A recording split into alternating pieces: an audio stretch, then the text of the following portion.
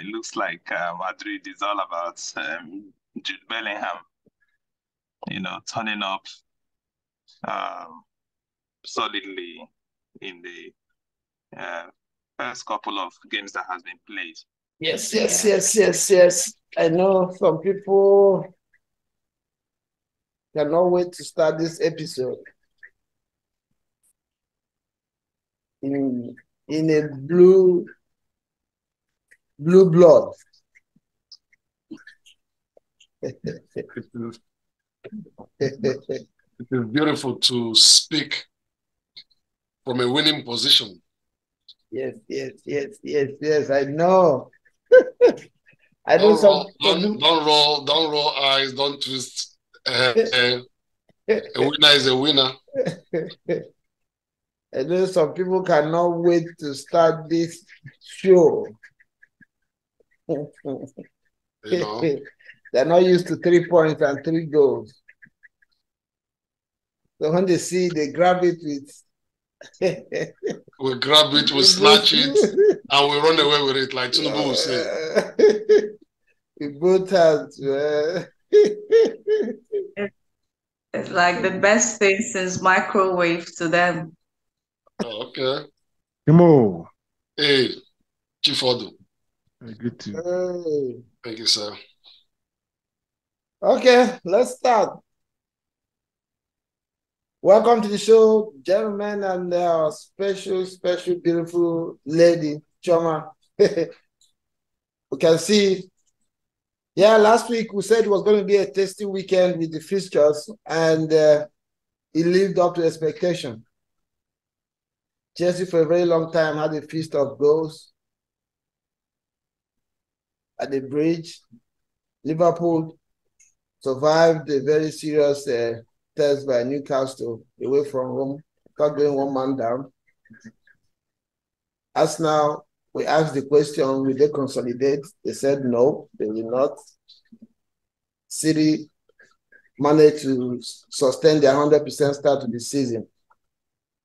Brentford fought it out with Crystal Palace, and United came back from the dead and grabbed 3 points. So all in all, it lived up to expectation as we foresaw last week, Thursday. We're here today to review these games, answer some questions as much as we can, and look forward to another weekend coming up. To do justice to this, at the moment, I have these 3 special and beautiful people here. Ogum, regular partner in crime. Chima, basking in the euphoria of 3 points, 3 goals. And of course, our special lady, Choma, is here today, rolling her eyes and ready to pull the trigger on whoever tries to fly or walk past Emirates and make any unwanted comment. Guys, you're welcome to the show. Thank you, Reggie. Nice opening monologue. It's a pleasure to be here again. Nice to have Chima and Chioma on board. We're going to have fun this evening discussing the fixtures and the results last weekend. Some are laughing, some are crying, some are morose. Arsenal fans are crying quite unnecessarily, but yeah, we'll get into it. It's my pleasure to be here this evening. Thank you, Transit TV for having me today. It's quite, wallowing in in pool of peace. Nothing makes man feel good than coming from when you come from the side. It's so funny that some people believe that winning is meant for them, and whenever other people wins, they roll eyes and feel bad. But it's all good. I believe that today's discussion will be fun, packed, and then we will just leave everything on the table. Thank you for having me, Reg. You're welcome, sir.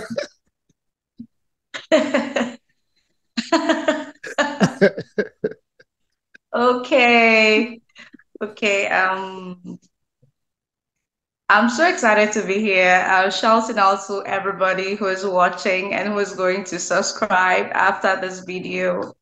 Transit TV, we're doing great this morning. Ugum, thank you for always showing up.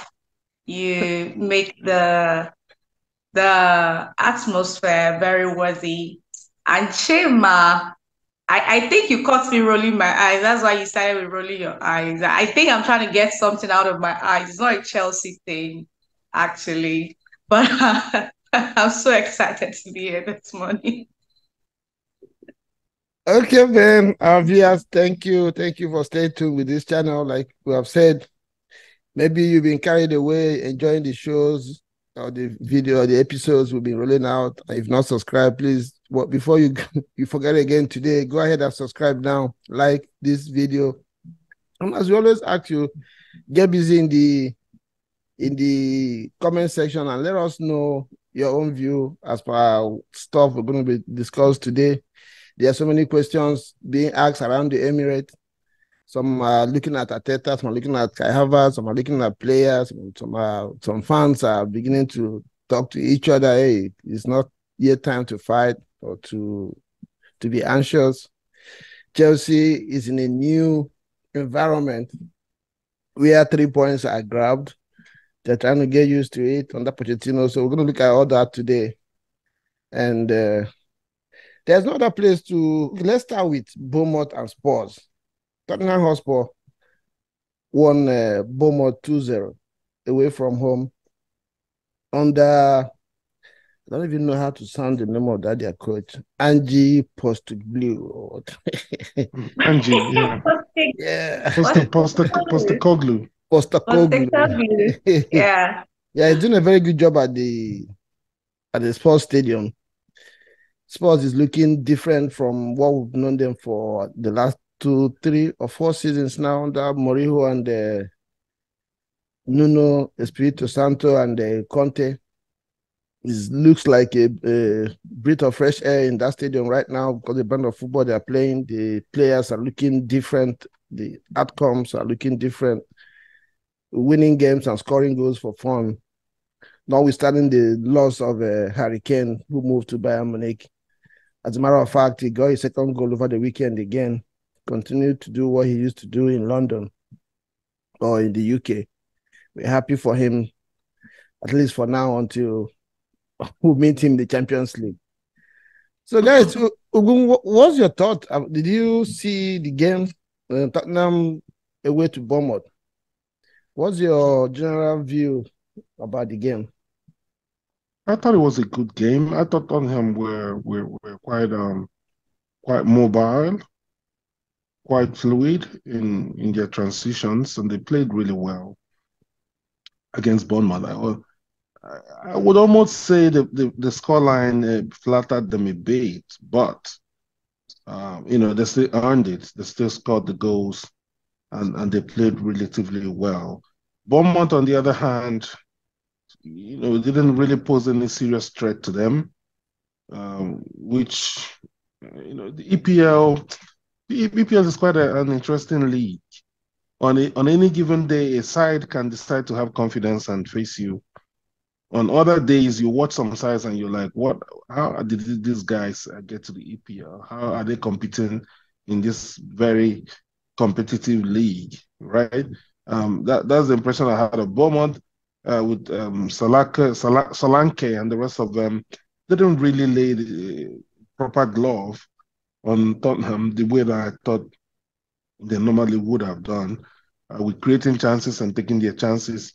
They didn't really do enough to get anything from the game. So it was a well-deserved victory for Tottenham.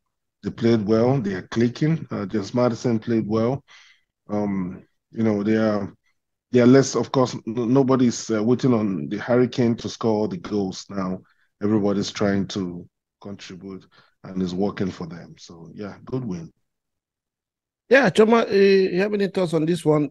For me, Bournemouth, on the hand side, pretty much they have a reputation to be a team that likes to play football, put the ball on the ground, try to build from back, which they try to do, but always final action is always a problem. Either they pass before they go or taking chances has always been a problem for them. And that continued indeed in that game, the way I saw it. Is there anything that struck you differently about Bournemouth in that game? No, I don't think so, because I watched their last game. It was still the same sort of struggle, ill finish, nothing, just play around with the ball, but not getting to the point of knowing what to do with the ball. So I understand what Ugum was saying. Sometimes you look at some teams and you're like, okay, what's happening? And I remember making a joke. I can't remember. I said Solanke is not the only person in that team. He's going to need people to, do the right thing, and then it gets to him. Sometimes, like their last game I watched, not this one against a game before this Tottenham game, he was trying to be all over the place. So he tried his best, but the ball wasn't coming, and so it didn't happen for him. I think Bournemouth, they need to pick up, because this season is full of surprises. They can't go and play Luton Town and then act funny, or play other clubs and act funny. They need to tell them why they stayed back after last season. Okay, Chima, looking at Spurs, this is a team that have epitomized the saying, the emphasis people always lay on coaches. When a team is winning, most of the time a coach is given the credit, and when they are doing bad as well. Having watched Tottenham the last 3 seasons, and all of a sudden, just though it's still early to say, but the signs are there that this looks like completely different team. It's not like this guy went in and signed 5, 6, 7 players. He just got, I think, a couple of new players with the same players, even losing their talisman in a hurricane, has managed to change the philosophy, the end product, and the output of the team just in a couple of months. The team they play fluid football. He brought in this young man, Sarr, and Pasuma, who was condemned to leave the club. All of a sudden, these boys have come to life and are shining. And Tottenham are getting results from their games. I don't know. Do you have anything to say about the coach and the approach? I think that sometimes when the world is against you, there is this inner spirit or inner belief that comes with it. Everybody believes that the backbone of Tottenham is Hurricane. So as Hurricane was living, is like, free for all. That was the mindset of a whole bunch of soccer enthusiasts and analysts. But I felt like this coming in of James Maddison, some juvenation, and Song feel like somebody that is liberated, because all this while he's a very good player, but being overshadowed by the presence of Hurricane. At this time, I feel like he sees himself as, he is now a free bird. He can float, he can play his real game without looking for Kane to, more or less, he is complimenting Kane. Whatever he works, his hard work oftentimes is attributed to the success of Kane. So it is a situation where everybody, like, I don't know, there's no more godfather, no godmother. I'm the only son, or I'm the only child. I might as well live or die. So, and when you are in such a situation where you believe in yourself and you believe that, what we say in Nigeria, in Igbo, we say that if you feel like the food you give to me is why I'm alive, break that plate. Yes, let me be hungry, and maybe being hungry now will make me find my food by myself.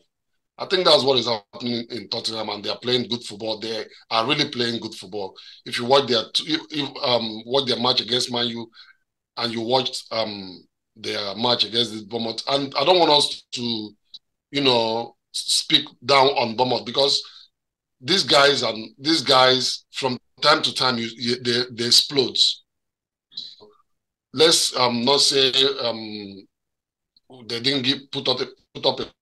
Oftentimes, when a senior fights with a junior brother, or you discover that the junior brother might really not do anything significant. It's not that he's not doing something, but the power, physical the physical strength of the senior one makes that junior one not to be seen to be doing something. So that's the way I saw the game between Spurs and this weekend. Yeah, during our preview last week, one of the games that stood out that we thought that was going to look tricky was West Ham going away to Brighton. I remember saying that I don't know Brighton as good as they look. I don't think they have the reputation of being experts in knowing how to dispatch teams that sit back and play on the counter. So for me, it was intriguing I wanted to see how they're going to navigate playing against West Ham, who we know that the Moyes always likes to stifle teams and hit them on a counter. So I was really looking forward to that game. And like I managed to expect, that was what happened. This game ended West Ham 3, Brighton 1. At the point, it was 3-0 in that game. Brighton was playing from home. Oh, Choma, you want to give us a head start on this one? Did you watch the game? No, I actually called that game that Brighton was going to deal with West Ham. Not because I didn't see the work Moyes was doing with that team. There's this whole rave on the internet about how we gave them money for Rice and now they've used it to buy very beastly midfield. They said we built their midfield with the money we paid for Rice. And somehow I'm looking at them like, we're happy to help you guys out. But that game, how did it happen? It was electric. I've taken a liking to Brighton because I recognize the work they are doing. I feel like they are a very put together team. Zerbi is doing great, and his boys are people that should know how to play this game. He had everybody, but what happened? I don't know. I guess football happened, actually. That's what I want to say. Exactly. Oh. Ugum, I'm sure you watched that game because Brighton, if there's anything like a second team in England, Brighton is your second team. Yes. I was kind of suspicious of this outcome, and he lived up to it. But for you, I know you expected differently. What do you think was the key to the result that we got in that match? What was key was I would say West Ham were motivated. West Ham played with such intensity in that game. And to be honest, this West Ham team is obviously quite underrated. If you compare their squad with Aston Villa that we're making noise about, I saw some hidden gems. I think West Ham have used that Rice money so far really well. Bringing in James Ward-Prowse, man, that guy is a proper player. Real Premiership midfielder with loads of experience, passion. I mean, he's been balling since he joined West Ham, With him there, and now today they just signed Mohamed Kudus. By the time they add Kudus and Paqueta to that squad with Antonio in front of them, and James Bowen, another underrated superstar, as far as I'm concerned. Yeah, they're going to be a lot. They're going to cause a lot of problems. I think the only issue they may have is, David Moyes being a bit of a defensive, pragmatic type coach, right? He's not going to just unleash them to play to the best of their abilities. He's going to keep them within a rigid structure. But yeah, I did not expect Brighton to lose that game. I think Brighton also felt, we've been balling, we just come and do our passing and score our goals. They started dominating possession as usual, trying to do intricate 1-2s, right at the edge of the West Ham box. They pulled it off a few times, but what I saw with West Ham was bodies on the line. EPL, put bodies on the line. You know, when people want to shoot, bodies on the line. I saw that a lot with West Ham. You know, they kept blocking shots, keep putting their bodies on the line. Brighton tried outside, no way. Tried to work it inside, no way. West Ham got their chances. Very clinical, right? Antonio scored his.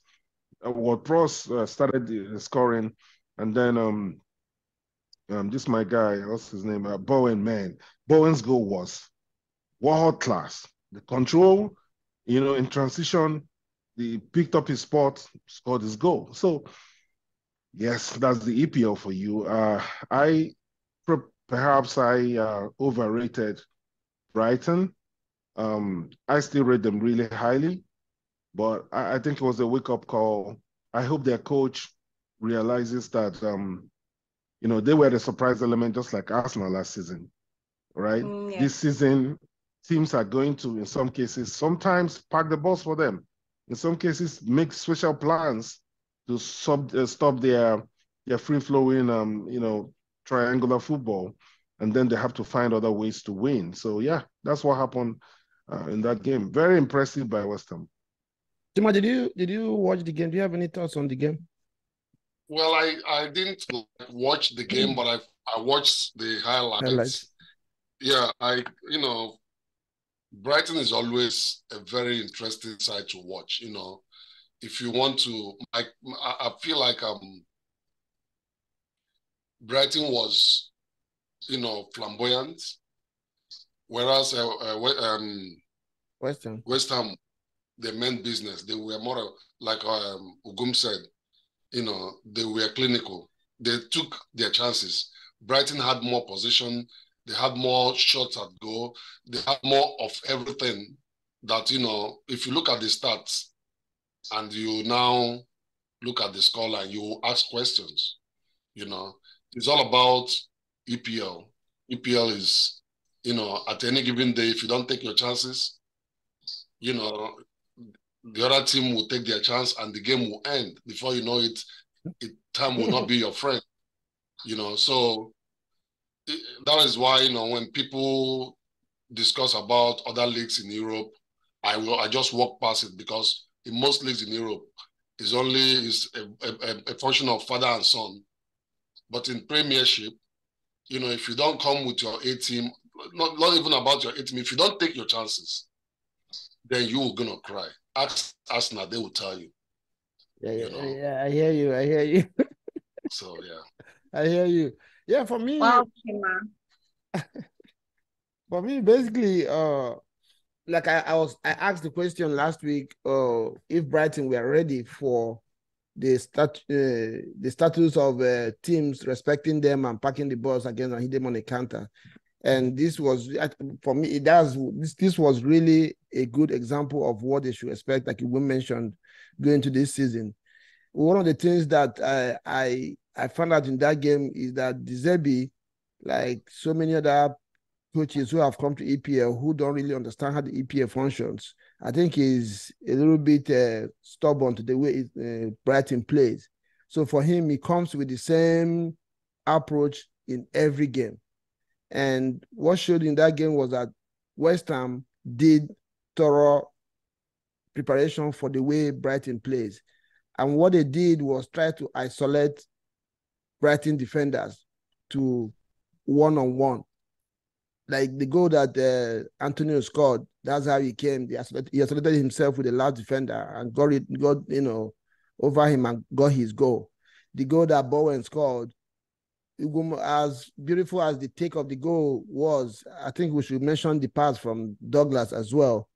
I don't know how that vision for that pass, if you were to be a Messi or in those days Iniesta or Xavi, I'm sure by now it would be in you know, one of the adverts content. That the pass was a very rich and visionary one. Highlight worthy. Exactly. Then again, like you said, that Bowen was very direct. And that's what I'm saying. West Ham really studied Brighton. I'm not sure Brighton defenders are are prepared or drilled to defend one-on-one. They're a team that stay compact most of their games. So when it happened, when West Ham hit them on a counter and released those long passes, accelerated their attackers with the defenders, it was very easy for them to walk through them and got those 3 goals. So I think this is a wake-up call. It happened last season as well to Brighton. They lost some games really, really badly, some 4-1 and 3-0 wins. I think Deserbi, as good as he has been in Brighton, I think he needs to understand that everything comes to you home and away with different approach. You need to have a different approach for different games. What you're doing, what you did to win Arsenal or Liverpool or Chelsea might be a very, very weak approach to playing against a Bournemouth. So if he doesn't get that into his head, I'm sure he's going to be in for some serious shock. And considering what they achieved last season, the teams are going to be a little bit more prepared for them now. And it's like they say, it's easier to get to the top than to stay there. Now Brighton has attracted interest from different people. The hard job now is going to be to stay there. So I hope this was a very good wake-up call for Brighton and their coach, so that going forward, they will know how to navigate these games. Yeah, let's welcome Jude. Bro, sorry to... Thanks for coming on board all the way from the UK. I know it's 2 or 3 a.m. right there now. You woke up to join us. Thank you for joining and bringing the Spanish spice to the show. You're welcome to the show, bro. Yeah, man. Yeah. Good to be back again. Yeah. Good to see you. Okay, let's welcome you with let's get the Spanish spice. What's going on in the Bernabeu this weekend? What went on this weekend? Let's hear about Jude Bellingham. Yeah, now it looks like Madrid is all about Jude Bellingham, turning up solidly in the first couple of games that has been played. But not to say that he has assumed the spine of the team. No, not at all. Madrid still plays like Madrid. But like I said on the last time on this show, I pointed out that Madrid is currently a team, without a number 9, an outright number 9. But what makes it interesting is that the likes of Jude, Valverde, those guys know where the goal is, and it will only be detrimental to any team, to play Madrid with the notion that they don't have a number 9. So you have so much technically sound players in the squad, and that is it will require a very gifted coach, to make the most of the lack of a number 9 in the Madrid squad. But Spanish league is very dynamic, and my worry only is when they go into Europe. What would the dynamics be like? Without that, the long courtship with Mbappe seem to have died down for now. Nobody. Literally looks like Mbappe is staying back in Paris, to walk away next summer. All I can see. So, but again, interesting league. We started well. Teams are picking up points.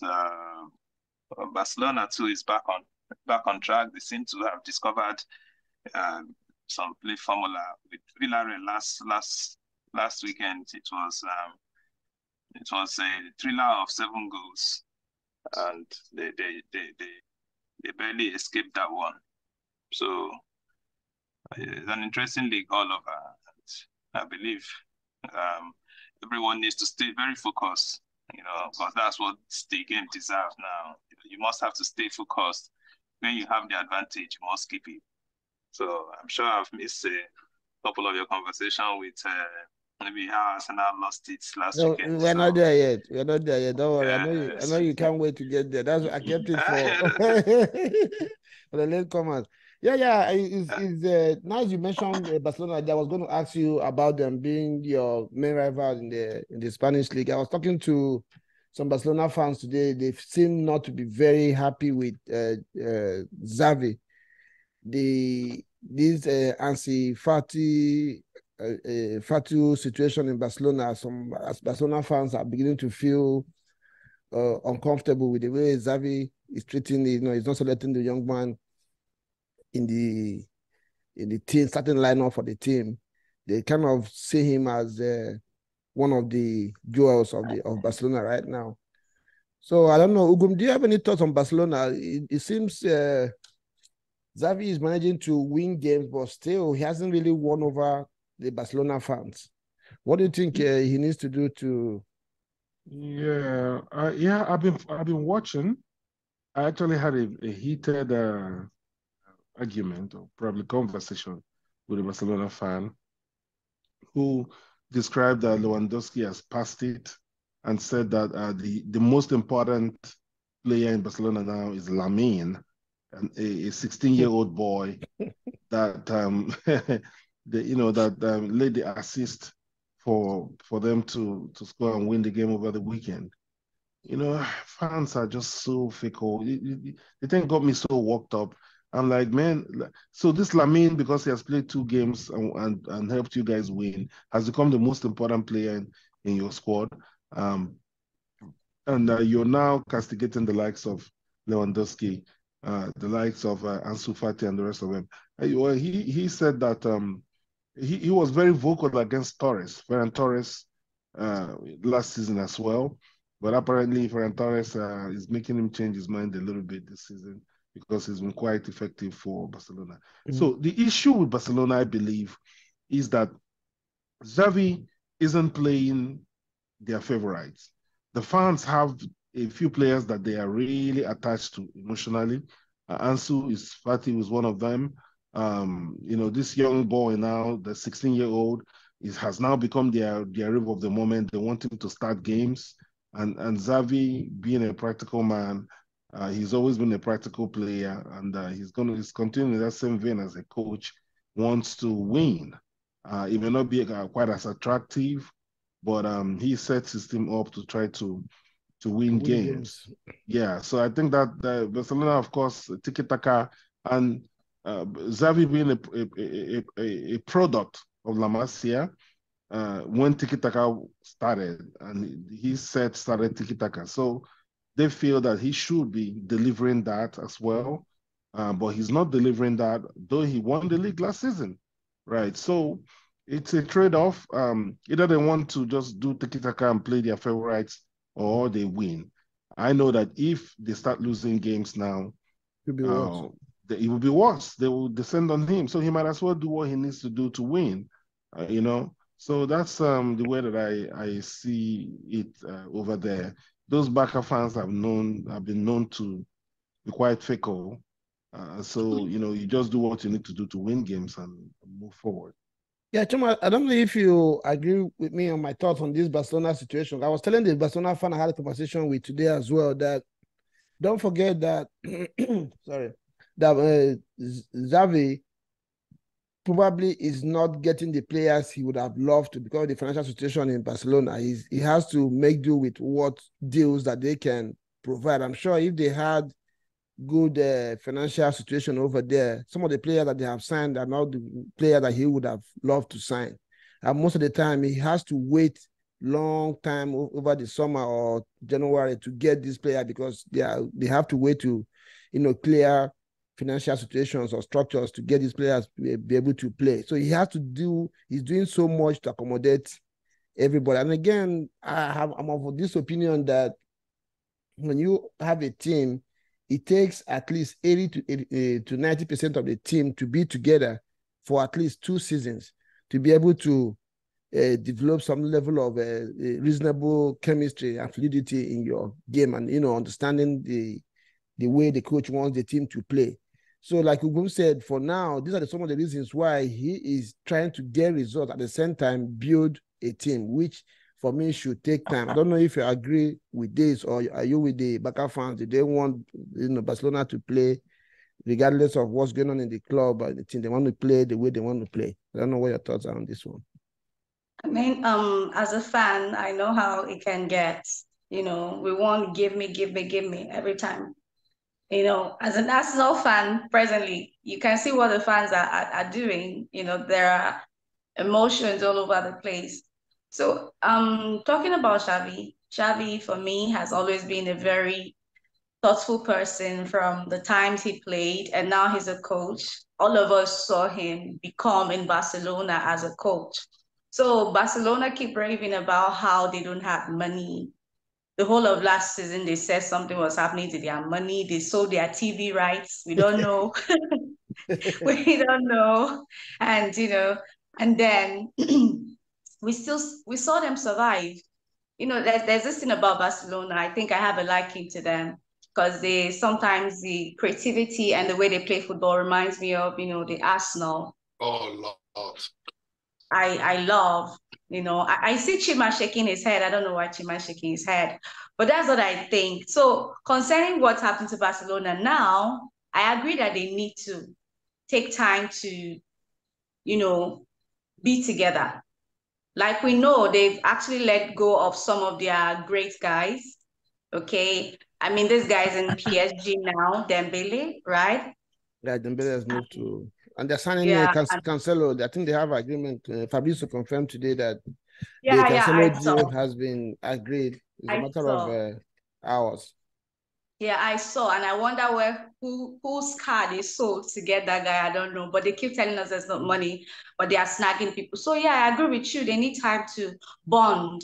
And for the Lamine guy, it's okay, but I don't like it when fans are being disrespectful. The same way Chelsea fans have been disrespectful towards Raheem, but I'm so happy the stars are aligning for him. So fans, it's a fan problem. They'll be fine. Okay. No.